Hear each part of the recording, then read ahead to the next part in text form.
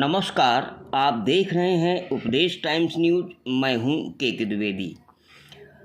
आज उपदेश times team के लोगों ने जच्चा बच्चा अस्पताल का दौरा कर वरिष्ठ स्त्री रोग विशेषज्ञ डॉक्टर सीमा द्विवेदी से एनीमिया, रक्ताल्पता व योग को लेकर बातचीत की।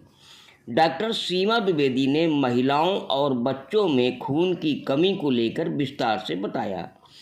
योग को लेकर बातचीत के दौरान बताया कि योगाभ्यास नियमित रूप से करना चाहिए।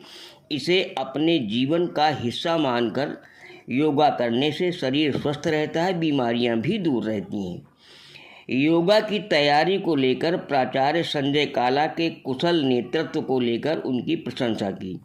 आइए सुनते हैं क्या कहा डॉक्टर सीमा द्विवेदी ने।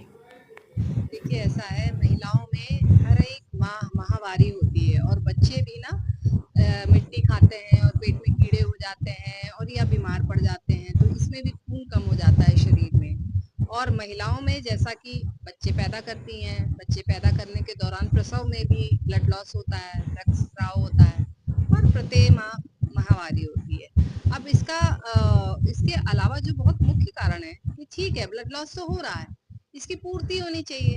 पूर्ति होने के लिए एक जो बैलेंस्ड आहार होना चाहिए, जिसे हम कहते हैं ना संतुलित आहार, वो संतुलित आहार की बहुत बड़ी कमी है। एक जो वेजिटेरियन डाइट है, उसमें आयरन के जो सोर्सेज हैं वो बहुत कम है। तो अगर जनता को आहार के विषय में एक उचित जानकारी नहीं होगी और जो लॉस हो रहा है, जो नुकसान हो रहा है, उसकी भरपाई इन सारी चीजों से नहीं होगी, तो फिर कमी आएगी, एनीमिया होगा।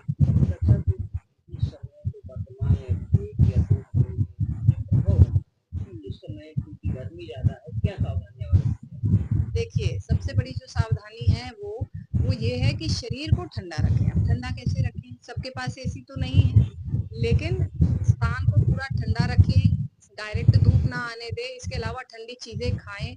ठंडी चीजें में क्या आता है, जो ये मौसमी फल हैं, खरबूज, तरबूज, देखिए ईश्वर ने भी मौसम के अनुरूप आहार बनाया है, वो सारी चीजें लें, सत्तू लें, पानी का पर्याप्त मात्रा में सेवन करें, न तो माँ भी डिहाइड्रेट होगी, पानी की कमी हो जाएगी, बच्चे को भी पानी की कमी हो जाएगी।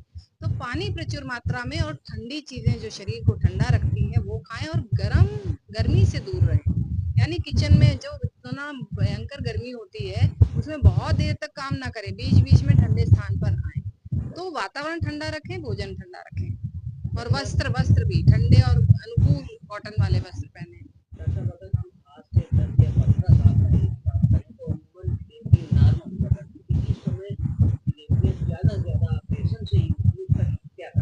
देखिए, इसके कई प्रमुख कारण हैं। सबसे पहला कारण है, हमने अपनी शोध की अगर हम बात करें तो 5000 महिलाओं के लिए गर्भ संस्कार कार्यशालाएं, 36 से अधिक कार्यशालाएं करवाई थी और हमारा शोध, हमने थीसिस वर्क भी दिया था जिसमें 200 महिला, एक थीसिस में 200 महिलाओं पे शोध हुआ। तो उसमें जब उन्हें आसन कराया गया और सही आहार विहार कराया गया तो 80% से ऊपर नॉर्मल डिलीवरियां हुई सबकी। और अगर आप पुराने जमाने की बात करें तो उस समय आप देखेंगे कि जितने भी कार्य थे, घरेलू कार्य, रसोई के, सब आसन पे आधारित थे। जैसे चक्की चाल आसन, मसाला पीसने के लिए ये वाला पूरा आसन है ना, सिलवट्टा वाला, या ये सारे जितनी भी क्रियाएं थी आसन के अनुरूप थी। तो जब महिलाएं ये शारीरिक श्रम करती थी तो शारीरिक श्रम करने से नॉर्मल डिलीवरी, और हमने आपको बताया योग आधारित अपने शोध को, नॉर्मल डिलीवरी अधिक होती थी। साथ में दूसरा एक और कारण था, आज से पहले मोटा अनाज खाया जाता था, गर्मियों में ठंडी चीजें खाई जाती थी, सत्तू वगैरह अधिक मात्रा में लिया जाता था, तो ठंड में अलसी, तिल वगैरह का प्रयोग किया जाता था। और जितना मोटा अनाज होता है उसे हम न्यूट्रास्यूटिकल कहते हैं, उसमें मिनरल्स होते हैं, पर्याप्त मात्रा में रेशियो होते हैं और बाकी शरीर को देने के लिए पर्याप्त एक ऊर्जा होती है।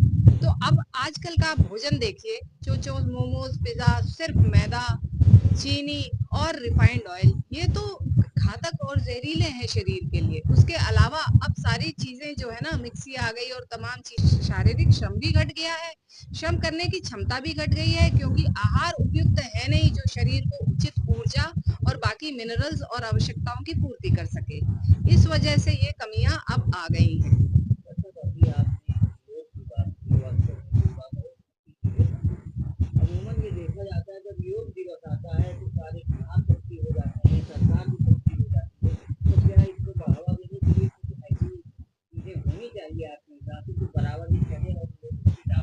बिल्कुल, देखिए इससे संबंधित हमारे प्रिंसिपल सर ने पूरी आरोग्य कमेटी तैयार की है, जिसके हम आरोग्य नोडल भी हैं और उसमें उन्होंने इस पे विशेष जोर दिया है कि योग प्रत्येक विभाग में हो।